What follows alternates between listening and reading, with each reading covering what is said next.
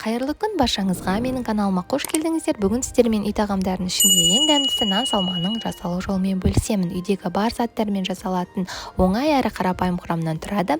Ең алдымен бізге ет, мендегі ет сиыр еді, жуа, сәбіз, картоп, томатный паста, зире, одан кейін тұз, сұйық май керек болады.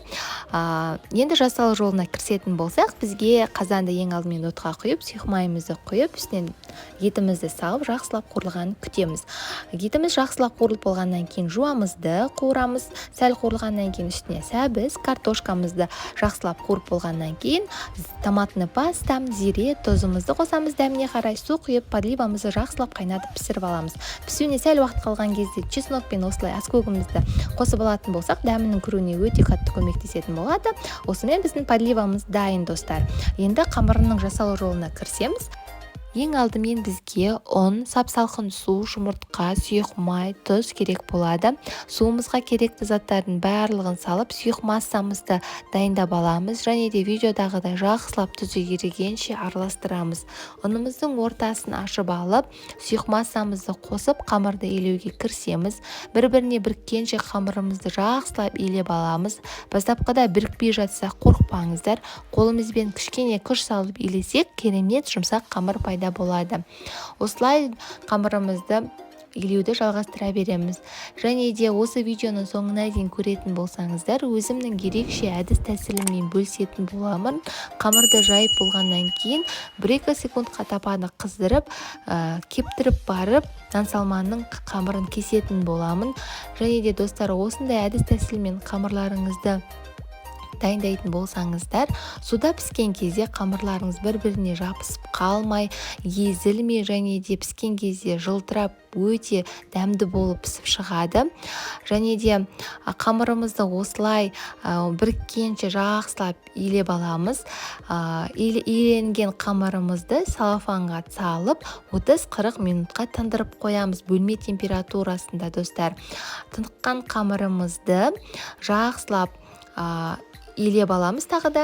Осыдан кейін барып, 2-ге бөліп, 2 зуалақ қылып, тағы да дөңгелек етіп, видеодағыдай 2 зуалақ қылып қоямыз. Одан кейін зуалағымызды тағы да 10-15 минутқа қалдырып қоямыз. Қалдырғаннан кейін барып, қамырымызды жаюға кірісеміз. Осылай қамырымызды жаймас бұрын оқтаумен, қолымызбен осылай жақсылап басып алғаннан кейін барып, қамырымызды жаюға кірісеміз.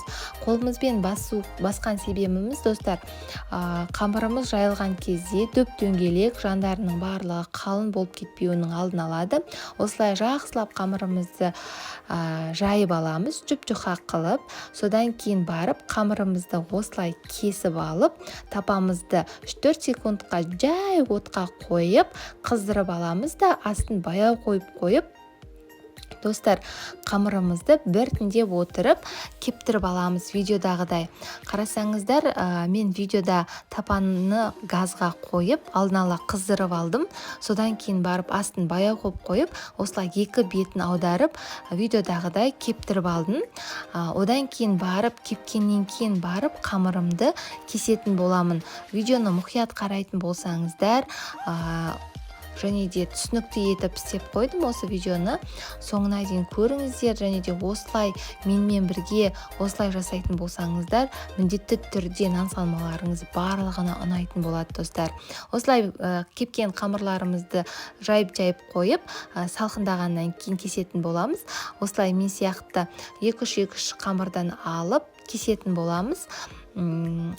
Қатты үлкен емес, қатты кішкентай емес, осындай орташа қалыңдықта кесіп барып, суға салатын болсаңыздар, қамырларыңыз өте шашыма болып пісетін болады. Видеода көріп тұрсаңыздар, қамырым бір-біріне жабыспай кесіліп жатыр.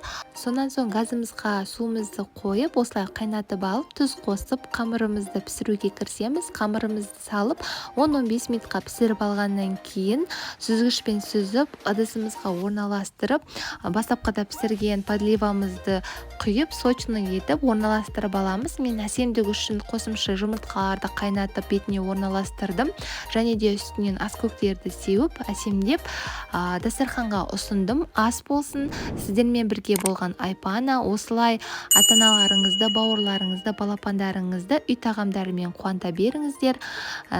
Пікір қалдырып, лайк басып, комментарий қалдырып, қоңыраушаны баса кетіңіз.